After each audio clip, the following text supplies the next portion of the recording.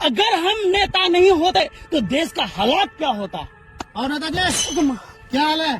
तबीयत खराब है मेरा शमशाद भाई, हमको जाना चाहिए। जाना चाहिए नहीं, एक सवाल का जवाब दे दीजिए।